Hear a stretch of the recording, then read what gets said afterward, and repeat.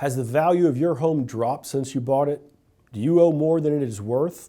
I'd like to share with you some information about your options if you find yourself in this all too familiar situation. Hello, I'm David Candler Hicks of Alliance Legal Group. We are a Florida-based law firm that focuses on foreclosure defense and other alternatives to foreclosure. Every day we see cases just like yours where people owe significantly more than their homes are worth, and as a result, they're struggling to get by or are facing foreclosure. So, what options do you have in this situation? Join me as we explore this topic together. So you owe more than your home is worth. What options do you have?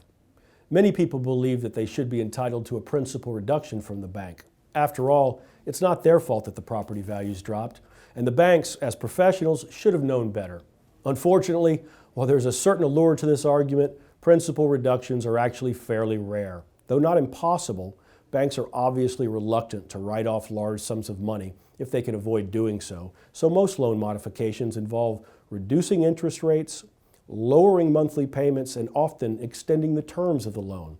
Rarely do we see a forgiveness of any principal balance. If you decide not to keep the home, then you have other alternatives in the form of a short sale or a deed in lieu.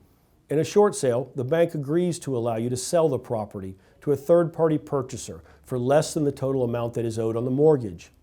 Short sales are now supported by certain federal government initiatives, making it harder for banks to deny your request to short sale the property. These same programs may also shield you from liability for a deficiency judgment. If that doesn't work, you can try to offer the deed to the property to the bank in lieu of going through the foreclosure process. Again, this option is backed by government programs that reduce your risk and provide incentives to banks to accept this option. Of course, in either case, only you can decide whether you want to stay in the home or move out. If you want to stay, seeking some form of modification may be your best option. If you would prefer to leave, a short sale or deed in lieu may be the way to go.